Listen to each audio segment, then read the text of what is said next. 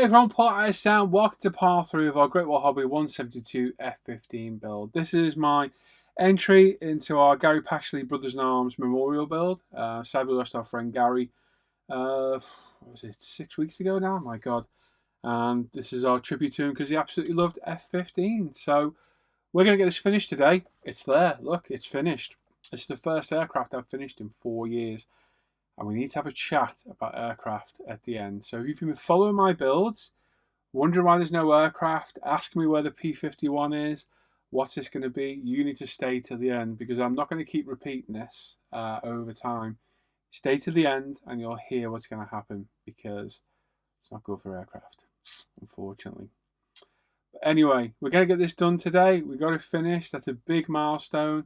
And I'm happy to get it built in Gary's honour. So let's crack on and get through this video.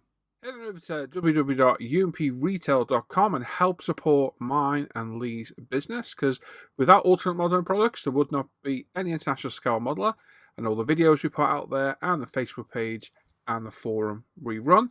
We stock loads and loads of modelling products, including all our own products of our Apex airbrush, our pigments, primers, sanders, thinner and cleaner tools, our wonderful storage system, polish system, and weathering washes. We also sell modelling tools, paints, model kits, glue, solutions, fillers, weathering products, aftermarket, and of course, international scale modeler merchandise and gift cards. And all orders made before 12 midday get next day delivery in the UK, and international orders are shipped within 48 hours. Okay, so the final push of the F-15. We're continuing straight on from where we left off in part 2. Where we complete all our wash, weathering, mottling and fading. What we're going to do today is add some oil streaks and stain into it as well. So we've got some burnt umber brown oil paints. We're going to add a little bit of black to it, a little bit of Sansador odorless mineral spirits, mix it up to get quite a thin wash. I say a thin wash, it's a thin wash with some thicker bits of oil in it. If you've used oils before, you'll know they're quite hard to fully mix, so you always end up with clumpier bits in there too, which you can use to your advantage. You've got the thinner oil for a wash, and then the clumpier bits we can use for our streaking. So I'm just going to add a little bit of Sansador. We're going to give it a real good mix up with some with a cocktail stick, and then we're going to use a fine brush, apply it in just random places and streak it back. We're going to do this on the top, the bottom and the sides as well as the elevator and tail. So I'm just going to show a few areas where I've done it. It's a case just add a random little streak like so, no matter how big or small it is, because oils are very, very versatile. They don't dry really for a long, long time, if ever. So it's a case of putting a few dabs down, a few streaks. I'm just going to brush it back with our brush. Now, use a thinner brush should you wish. This one works perfect for me. It does the exact job I want. So I'm using the wider part of the brush to streak it backwards, and then we're going to turn it side on, use the thinner part, and just keep working the streaks until they're almost invisible. So you want to just be able to see this. Don't want it like it is now, where it's way too prominent. But if you just keep working it, as you'll see, it'll start to disappear and blend into the existing paintwork. So take your time. It's up to you how much you do this. As you can see there, look at that one. It vanished and just leaves behind that stain. It's up to you how much you do this. Your eye is what you'll see in weathering. And as you can see, worked on that wing there. It's near enough completely gone. And we just work on that far wing now to the left. We'll get it to the same kind of level. So like I said, the weathering you choose is up to you. I've gone for medium weathering, not too heavy, not too subtle, and that'll do me. Once we've done that, we've streaked all the bit. I'm going to add a little bit of a wash, the thinner part of the wash, to the flaps, ailerons, whatever you want to call them, and then we'll just streak this out of the gap as well across those. Same pattern, same kind of technique as well. And just again, just build it up until you're happy. There's no right or wrong way of doing this. It's just what you see in your eye. Your mind sees what you perceive, and just keep adding it, taking it off. You can add more, you can add less, whatever you want to do. Like I say, it's totally up to you how much you weather it. But I've got in my head how I want this to look, and it's just a case of working over it until we're happy what we've got. So like I said, we're going to do the top, bottom, sides, elevators, tail, everywhere, and just until we're happy doing it. So you can see how much it's pulling out from the back there, like I say, and it's up to you how much you go. I'm just going to keep working it so it's only just visible, and you'll see that further on as my results go at the end. So just adding a little bit of depth to it. Some people are going to say it's too much, some people are going to say it's not enough. But that's it. This is my model. This is how I envisioned it, and this is the way I want to do it. So there's no right or wrong way. It's just what you see. At the end of the day, I know it's an old cliche. It is your model. You build it how you see fit. But for me, yeah, works well. This adds to the existing techniques. Just adds a little bit more depth to areas as well. And there we go. So you can see some of the streaking. Adds a little bit of depth, a bit more stain into it, makes it a bit more grubby. Now we've got our exhaust to build up. So there's two parties on each side on the burner cans. So they just slot in. They need pushing up a little bit more than you think they do. And then they can be glued together with our Tamiya Plastic Weld mix. Don't go mad. You don't want molten plastic squeezing out the sides. Just add it and glue it together until it's adequately glued. And obviously repeat that for the other one as well, as you can see here. Put them to one side to dry for a while, and then we can work on the other part as well. We've got lots of parts to clean up here. I'm going to skip out most of the cleanup because you've seen it all before. But we've got lots of parts to get through. It's the final stage of the aircraft. We've got the landing gear, the ordnance, although thankfully on my one there isn't a lot of it because of the base kit I bought. So we do have a lot to do. The drop tanks here we have clamped together and glued a Tamiya extra thin, our plastic weld mix. I'm just going to clamp that, leave that overnight to dry. Hopefully that will fill most of itself in with the molten plastic. Anything else you have to figure out yourself with either CA glue or your filler of choice. Wheels, again, they're in halves. You can get resin ones should you wish, but these, the way the tread is, you're really not going to see where it is, to be honest, at all. So just persevere. A bit tricky to figure out which way around they go. It took me a few attempts to figure that out. As you can see here, struggling a little bit, but yeah, just pay attention to the way they go and you'll get there eventually. It only goes so many ways. And then once you go it where you want it, you can clamp it together like so and hit it with our glue again. And again, let it dry. We can give this a light sand later when they're all set. And then we can get them all primed up, ready for paint. So don't go mad with the glue. Like I say, you don't want loads of molten plastic everywhere. You don't want glue marks everywhere. It just makes life harder to clean up. But just take your time, go around, glue it all as precisely as you can. Pylons, these have all been cut and cleaned up.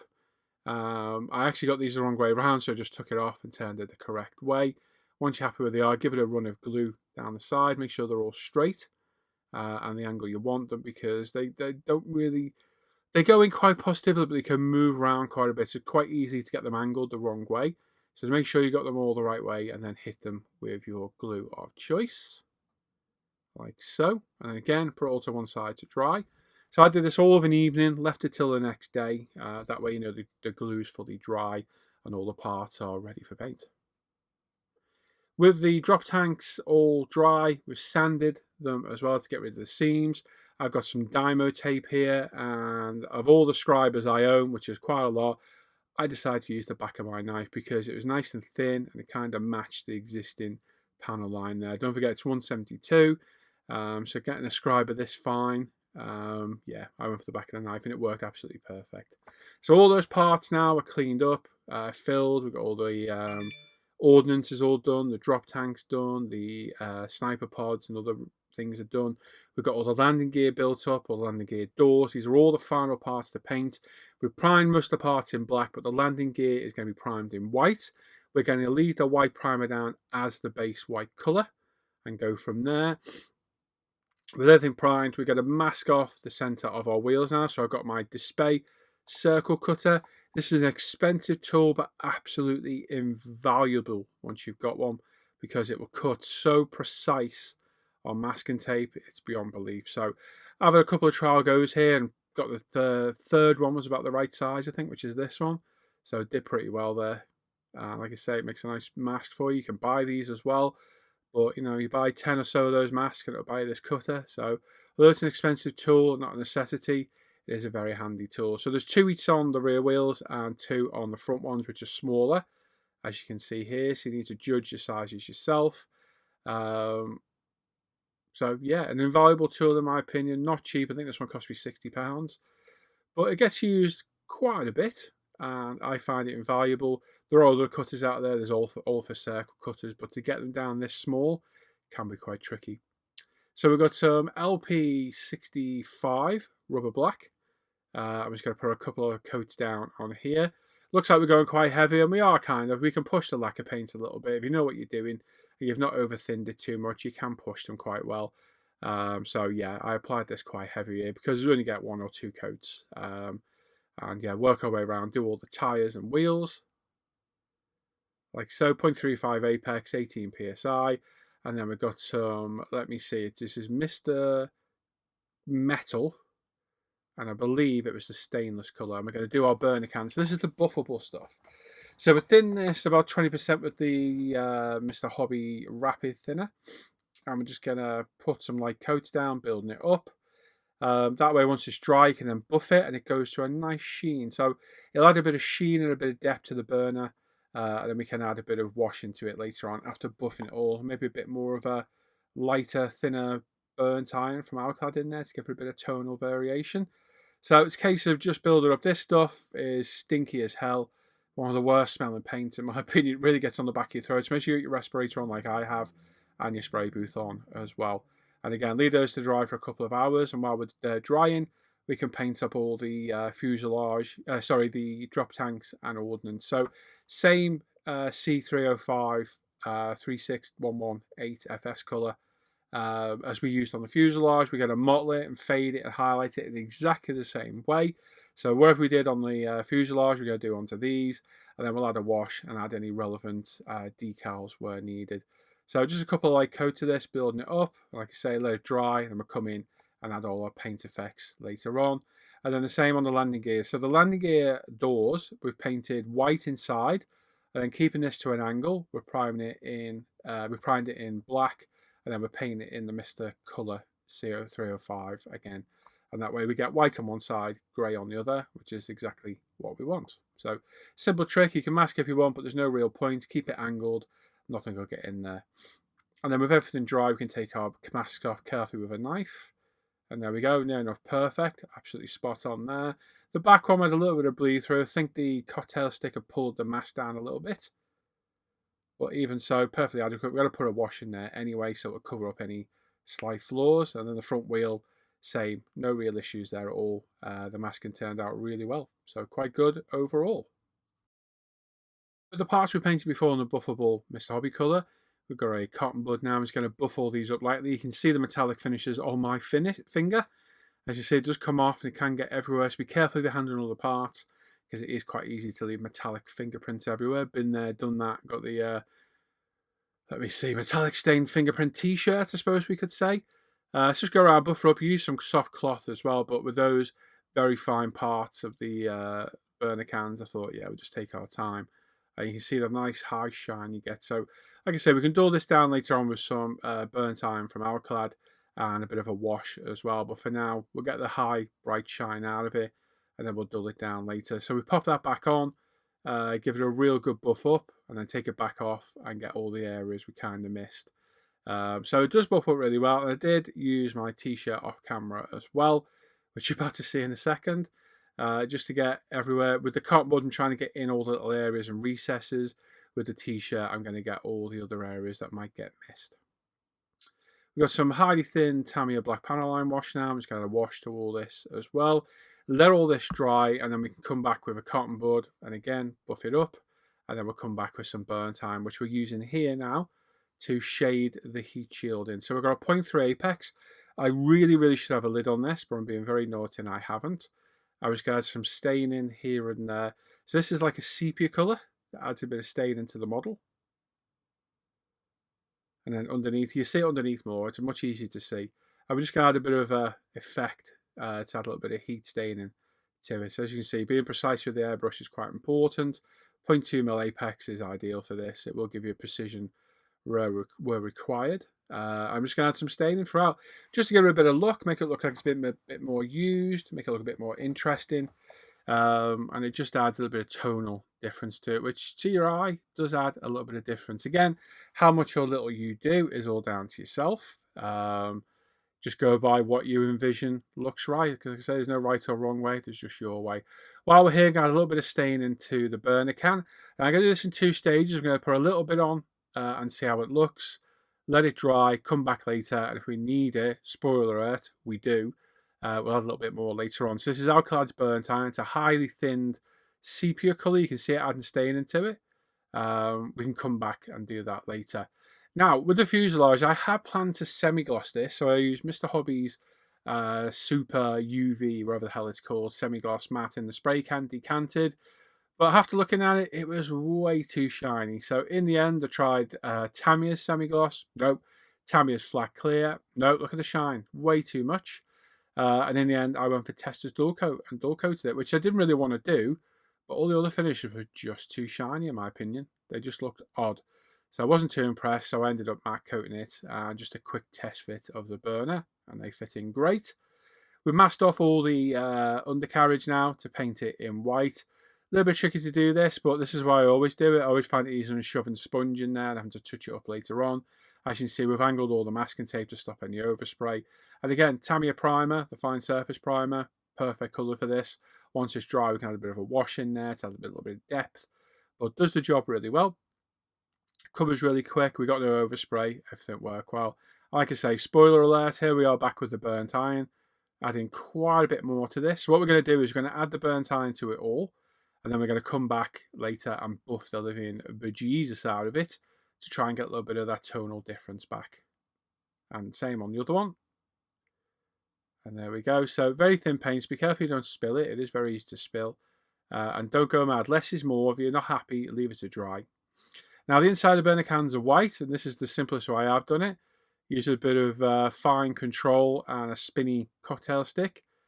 And some Tamiya fine surface primer again. I'm just going to paint it like so. But perfect for me. It's got no overspray, and we've got nice white insides of the burners. So whipping off the masking tape, be very careful because this is touching decals. We have sealed it in, but still, I would be very careful. We've got our Tester's flat coat down, which as you can see, still has a bit of a sheen to it. It isn't completely flat. But it's just the kind of sheen I was looking for. I normally really matte coat them, but on this one I didn't want to do it quite as matte, so I'm happy with the shine we've got on this one. Just enough to add a little bit of interest to the paint. Now one thing you will notice is the paint looks a lot darker to the camera than it does to my eye because it really darkens it up. You'll see at the pictures at the end, it's a much lighter tone. Like I say, with all the paint dry now on the burner cans, we can get a pointed cotton bud and really go to town and just give it a real good polish up. And you will get part of the buffable off, which will bring some of that shine back. And it just adds a bit of used look to the model itself, to the burners. A couple of dabs of CA glue in the back. And these things just slot straight in like so. Nice and simple. So just be careful here, don't get CA glue over the fuselage. There we go, and the other one in place as well. They fit in there quite positively. And there we go, that's those in place. They don't look too bad at all, quite happy with those. And then landing gear. So, top tip here, when you're doing your landing gear and you're live streaming and you're completely distracted, if your camera goes off, remember to click record again, because I've just test fitted it here and it fitted in really well. Not too bad at all. So I thought I'd get a bit of glue. So we've got a little bit of glue on a pot there. Get a cocktail stick, like so. And then, yeah, we'll get it on camera, putting the landing gear. Oh, there we won't. There we go. There's all the landing gear in place. There we go. So that's it. It all fits in really easy, very positively, no issues at all. Pylons are in place as well. Now, I forgot to drill any holes because the instructions don't tell you to drill any holes. So I'll line them up by eye and drill the hole, as you can see. So good luck doing that if you're doing it, because there was no reference in the instructions whatsoever. And with a couple of dabs of CA glue, we're going to drop our drop tanks in place. How convenient to drop the drop tanks. So there's one, and there's the other one. Like so. So like I say, just line them up by eye, look where the point goes. What I did was I drilled the front one, cut the back locating point off, and just angled it by eye. Quite simple to do. As long as you get them straight, make sure you get your drop tanks on straight as well. You're all good. Then we just need to paint these wingtip ends in white. So we've got some LP4 white. It's going to take a couple of coats. So we'll put one on now, quite thick. Let that dry, come back for another one later on. That'll look great. Then we've got some clear red from Mr. Hobby for our marker lights on the wings. Doesn't need a lot at all. So red on the port wing and blue on the starboard wing. There we go. Nice fine brush to put those in place. And then the landing gear doors as well. So several of these to go. Put a couple of dabs of CA glue where they fit. To be fair, they all fit in really positively. No issues here whatsoever. Nice and simple and easy to do. Use your tweezers, get them lined up, let the CA glue grab it. And then our ordnance. So we've got an AMRAAM and an AIM-9. The AIM-9 has been painted in white. We're going to mask up and spray a gunmetal colour on the top of the warhead. And the AMRAAM's been painted in the 305. We did the aircraft. Should be a lighter grey, to be honest. I'm not really all that fussed. Going to paint the end of it in Tamiya white primer. Again, a couple of light coats, building that up. And then on the AIM-9, we're going to add some TS. Oh, what was it? It was a gunmetal colour from Tamiya. I've completely forgotten what colour it was. It's one of the TS sprays. I've totally forgotten. It's a gunmetal colour. And then we're going to brush paint that same gunmetal colour on the rear fins as well. So sorry for getting the colour. Often, well, slips your memory what you've used. To be honest, at this point, I kind of just wanted to get this done. As much as I enjoy building this, it was kind of straining my concentration a bit. Eager to get back to building the car. I kind of wanted this off the bench, but determined to build it in Gary's honour is what drove me through this. But we'll have a little bit of a chat about that at the end. So there we go. Easily brush paint on the LPs and the TSs, especially the TSs. They actually brush paint quite well. Just don't forget you're putting lacquer on lacquer. So if you work it too much, you will take the paint off underneath. And then several decals to go on each one. So just use your call outs. These are the kit decals. Obviously, it's a kit ordnance. Lots of carrier film, but we can hide most of this with our decal solutions. Get it all lined up, get it folded round, hit it with a strong UMP decal solution, and that'll get in place just fine. We'll also add an oil wash to these as well to kind of add a bit of weathering to them. But nice and simple, really easy to do. Nothing technical here at all. UMP strong, like I say, out the holder. Look at that for being a dangerous maverick.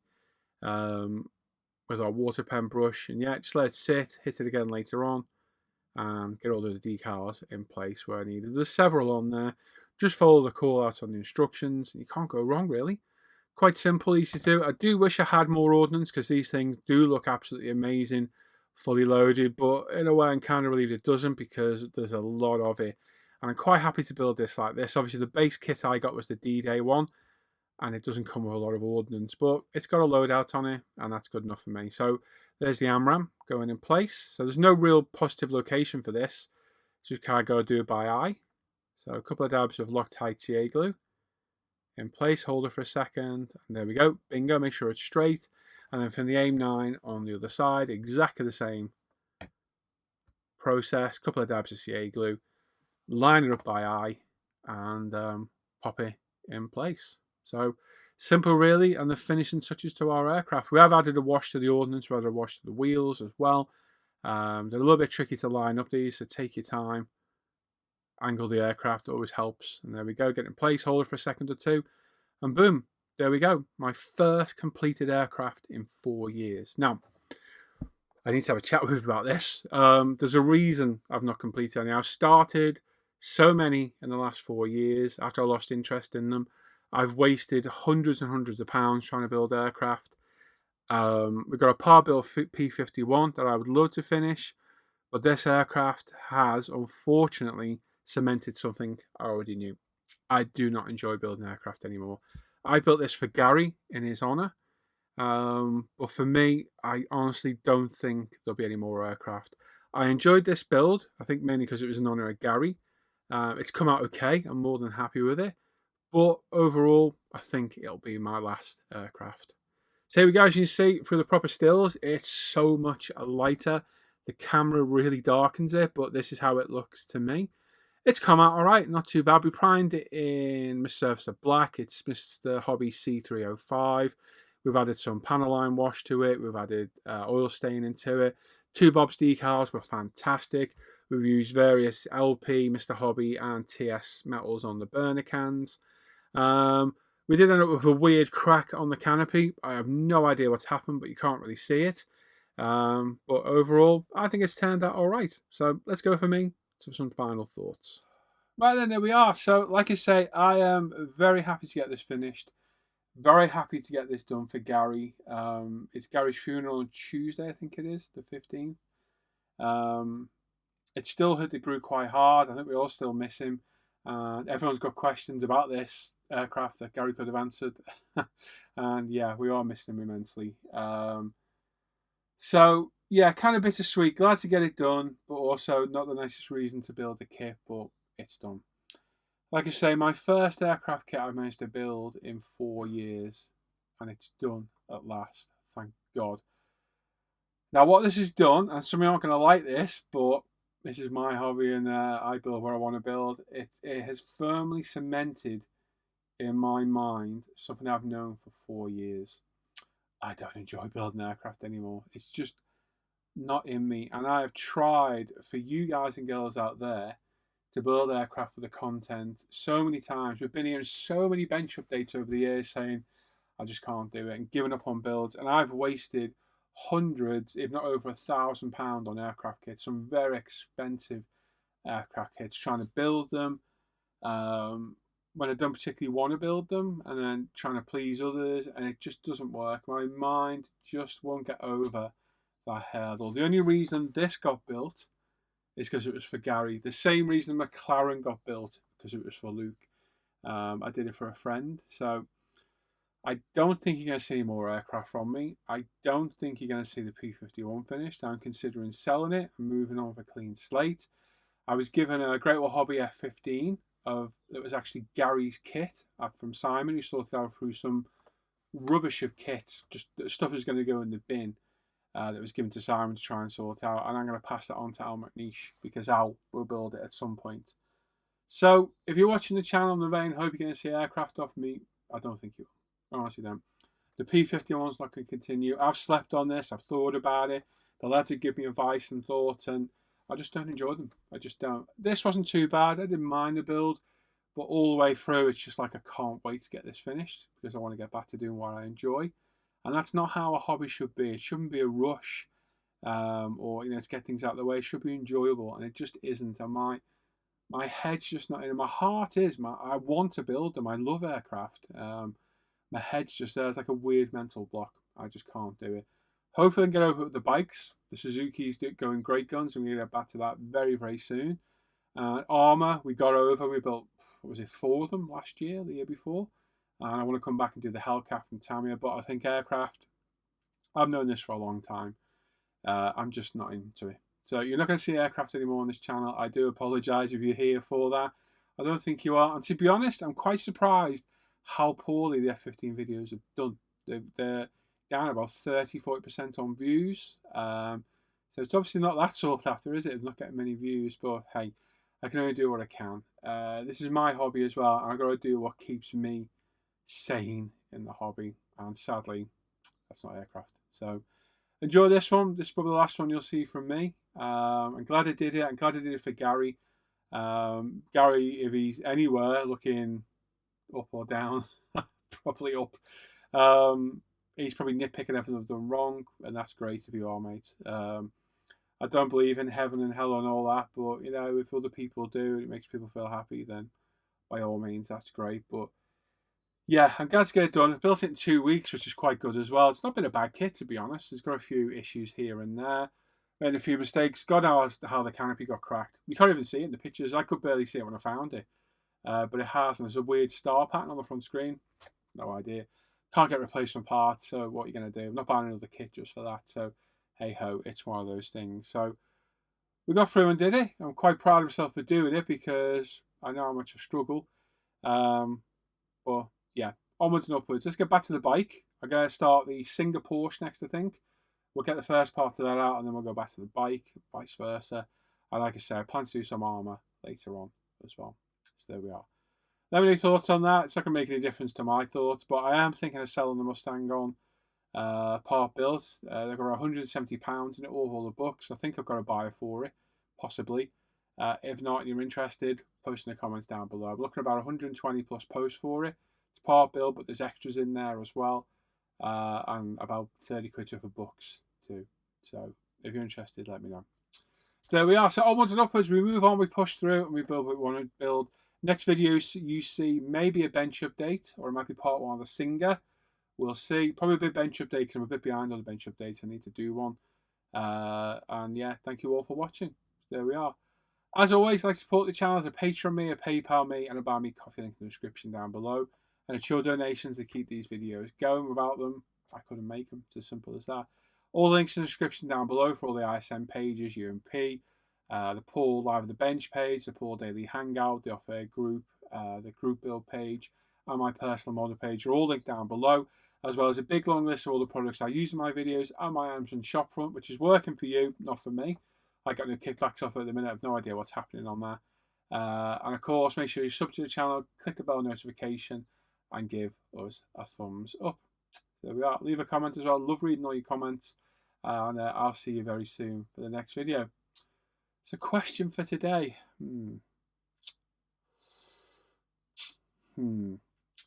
Let's ask a really stupid one. What did you have for your dinner? What did you have for your main meal today? I had pasta and meatballs. Fresh pasta and meatballs. What did you have for your dinner? There we are. That's a question for today. So, catch you later, everyone. Take care. Bye-bye.